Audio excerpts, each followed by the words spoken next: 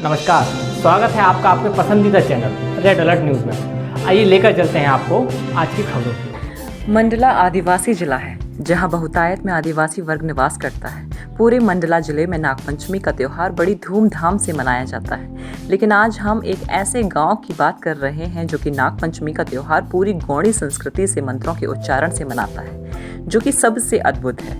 मंडला से महज 3 किलोमीटर दूर बिनय का गाँव है, जहां वर्षों से आदिवासी परंपरा को बनाए रखने गांव के लोग नागपंचमी में नागों की पूजा खास तौर पर करते हैं। आज के दिन गांव के लोग सुबह के वक्त इकट्ठा होते हैं और सभी गांव के बाहर बने आस्तिक मुनि के मंदिर पहुंचते हैं, जहां सबसे पहले लोग यहां पूजा अर्चना करके वापस अपने गांव पहुंचते हैं। फिर गांव के यहां पंडा के यहाँ पटा बिठाला जाता है, यानी लकड़ी का पटा बिठालकर नाग देवता की प्रतीक स्वरूप मूर्ति रखी जाती है।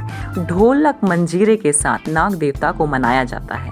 कुछ देर तक पूजा अर्चना के बाद पंडे के भक्तों को भार आता है। झूमते हुए अपनी सर्पों के समान मस्ती से चूर भक्त अपने पंडों के पास पहुंचते हैं। फिर पंडे द्वारा भक्तों के भाव या भार को शांत किया जाता है। इन सारी पूजा अर्चना के दौरान यदि कोई व्यक्ति जो कि सर्पदंश से ग्रसित होता है, उसे इन्हीं भक्तों द्वारा पीड़ित का जहर निकाला जाता है। भक्तों और पंडों का मानना है कि सर्पदंश से ग्रसित व्यक्ति को वे पूरी तरीके से ठीक कर सकते हैं।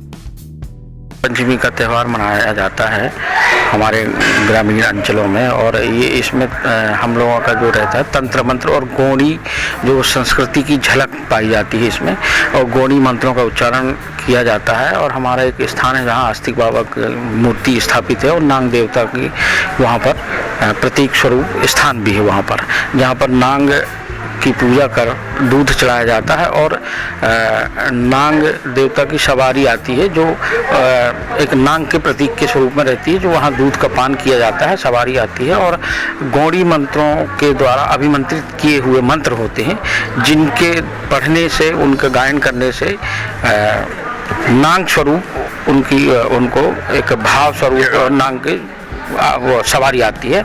उस दौरान पूजा पाठ किया जाता है, जिसमें विशेष रूप से वहाँ जो एक प्रसाद स्वरूप जो चढ़ाया जाता है, भोग लगाया जाता है जिसको कहते हैं, तो उसमें गुड़ का मलीदा बनाया जाता है, जिसमें गाय के घी का ही उपयोग किया जाता है, और गाकड़ बनाकर मलीदा बनाकर वो प्रसाद चढ़ता है।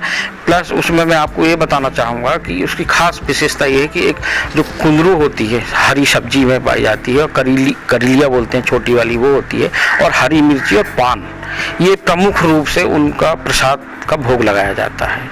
और ये आए हैं, पहले सियाने लोग मनाते थे, इसके बाद में हम लोगों को नंबर आओ तो हम लोग मना रहे हैं। पटा लिखा थे, दूध चढ़ाते हैं, दूध चढ़ाए के बाद में पटा लिखे के बाद में गायन बन करते हैं, यहाँ बरुआ गिरते हैं, नाग की सवारी आती है। नाग की सवारी आने के बाद में शाम के पटा की पूजन करते हैं, मलीदा खीर चढ़ाते हैं और सब बाबा को भोग लगाते हैं। इसके बाद में पटा को फिर शाम के उठा देते हैं। बाहर के लोग आते हैं, बाहर के बहुत दूर दूर से आते हैं।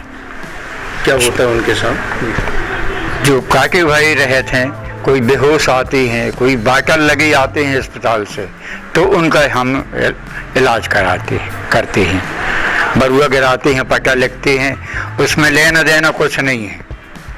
कोरोना का असर लोगों के त्योहारों पर भी पड़ रहा है।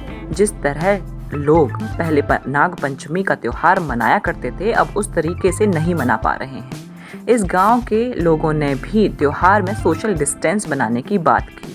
आज नाग पंचमी हम लोग पूर्व की तरह जिस टाइप से मना रहे थे, कोरोना महामारी के चलते इस बार हमने ये निर्णय लिया है कि हम वहाँ जहाँ हम स्थान है आस्तिक बाबा का, वहाँ पूजन अर्चन करके दूध वगैरह चढ़ा के फिर घर में पटा लिखा जाता था, तो पटा लिख करके, और यहाँ कोरोना के चलते इस बार जो फंक्शन गांव के लोग इकट्ठे होकर के और सामूहिक तौर पे मनाते थे, वो इस बार नहीं मनाएंगे, क्योंकि जो महामारी चली रही है वो सब आप सब देख ही रहे हैं।